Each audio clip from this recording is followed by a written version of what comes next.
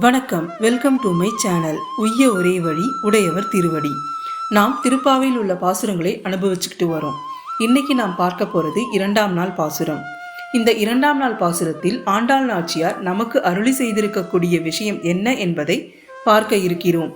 பொதுவாக ஒரு விரதத்தை ஆரம்பிக்கிறதுக்கு முன்னாடி அதில் என்ன செய்யணும், என்ன செய்யக்கூடாது அப்படிங்கிற நீதிகளை எல்லாம் பெரியவங்க சொல்லி கொடுப்பாங்க இல்லையா? அந்த நீதியை நமக்கு தெளிவாக சொல்லிக் கொடுக்கக்கூடிய ஒரு பாசுரம் அப்படின்னா இந்த 2வது பாசுரம்.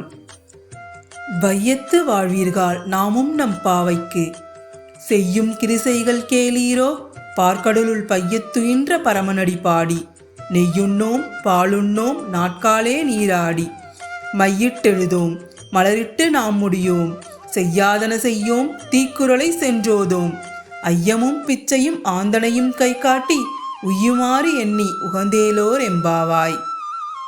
இப்பாசுரத்தின் விளக்கத்தை பார்ப்போம். முதல் பாசுரத்தில் ஊரினுடைய வளமை, ஊரினுடைய சிறப்பு, ஆயர்பாடியின் பெருமை என்பதை பற்றியெல்லாம் சொல்லியிருக்காங்க. அப்புறமா நோம்பிற்கு வருகிறார். நோன்பு எப்படி இருக்க வேண்டும் என்பதை பற்றி சொல்கிறார். வையத்தில், அதாவது இந்த உலகத்தில் வாழக்கூடிய எல்லோரையும் இந்த பாசுரத்தில் பொதுவாக கொண்டு வருகிறார். நாம் எல்லோரும் செய்யக்கூடிய முக்கியமான காரியம் கண்ணனை வேண்டி நோன்பு இருத்தல். இந்த நோம்பிற்கு என்ன நியதி அப்படிங்கிறத சொல்ல போறார். எல்லோரும் கவனமாக கேளுங்க அப்படின்னு முதல்ல ஆரம்பிக்கிறார். ஒரு பெண் தன்னை அலங்கரித்துக் கொள்ளும் காலம் அதிகம்.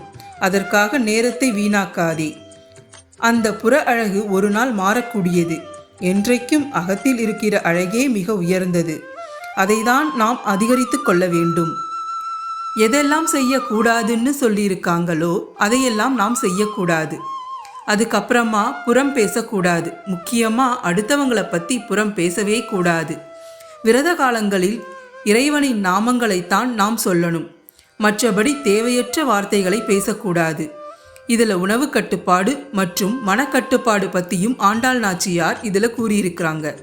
மேலும் இந்த விரதத்தை மேற்கொள்ளும் பொழுது இல்லாதவர்களுக்கும் ஞானியர்களுக்கும் நாம் தர்மம் செய்து இறைவனை வணங்கினோம். ஆனால் இந்த தர்மம் இறைவனுக்கே செய்த தர்மமாக கருதப்படும். ஆகவே விரத காலங்களில் தர்மம் என்பதை கடைபிடித்து அதர்ம விஷயங்களையெல்லாம் நாம் ஒதுக்கிவிட்டு வாழ்ந்தோமே ஆனால் இந்த விரதம் வெற்றி பெறும் என்பதை ஆண்டாள் நாச்சியார் இந்த பாசுரத்தில் அற்புதமாக பதிவு செய்துள்ளார்.